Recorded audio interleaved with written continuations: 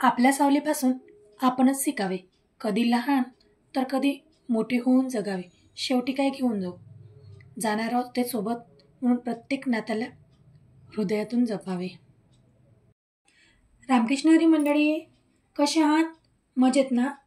अशाच मजेत, आनंदित आणि उत्साहित राहा. मी शिल्पा सिम्पली होममेकिंगमध्ये तुमचं स्वागत आहे माझ्या चॅनलमध्ये.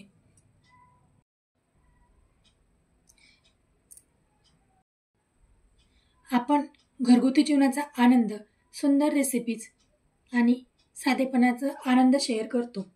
घर सजवणे, चविष्ट पदार्थ बनवणे आणि आनंदी आयुष्य जगणे हीच माझी ओळख. तर माझ्या चॅनलला सबस्क्राईब करा आणि आपल्या आनंदी कुटुंबाचा भाग व्हा. सुख म्हणजे नेमकं काय असतं? खरं सुख तर आपल्या घरातच दडलेलं असतं. सर्वांना छान छान चविष्ट जेवण बनवून देणे, घर सजवणे, छोट्या छोट्या टिप्स शेअर करणे, यातच खरं सुख असतं. आज नाश्त्यामध्ये गरमागरम टेस्टी अप्पे बनवली.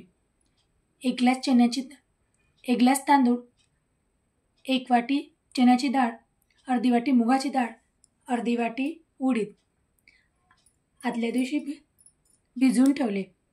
संध्याकाळी मिक्सरला घुमवून घेतले. पातळ टेक्स्चर बनवून ठेवले आणि दुसऱ्या रोजी बनवायला तयार. त्यात थोडा बारीक कांदा, बारीक छोटे छोटे टमाटे, तिखट, मीठ, चवीनुसार लाल मिरची, लसणाची पेस्ट मिक्स केली आणि बनवण्यासाठी झटपट तयार.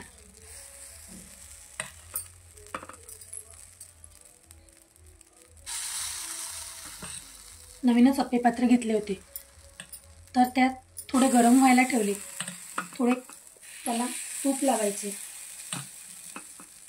आणि चम्मचने आकारा एवढे भरून घ्यायचे. खूप सुंदर, चवीला खूप छान, टेस्टी आणि त्याचं टेक्स्चरसुद्धा खूप छान होते. एका हातात मोबाईल असल्यामुळे जीव भांड्यात पडला.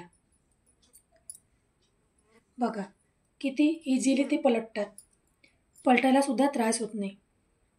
एकदा ही रेसिपी नक्की ट्राय करा. सर्वांना नाश्ता बनवला, उंबरठ्याचे पूजन केले, देवपूजा झाली, सर्व घर आवरलं आणि देवीच्या दर्शनाला निघालो. मंदिरात खूप गर्दी होती, तरी देवीचं दर्शन घेतलं, देवीची ओटी भरली. थोडा वेळ मंदिरात बसलो आणि निघालो. ही दसऱ्याच्या दुसऱ्या रोजची क्लिप आहे. झेंडूची फुलं दाराला तोरण बनवण्यासाठी आलेले होते. तुम्हा सर्वांना दसऱ्याच्या खूप साऱ्या शुभेच्छा.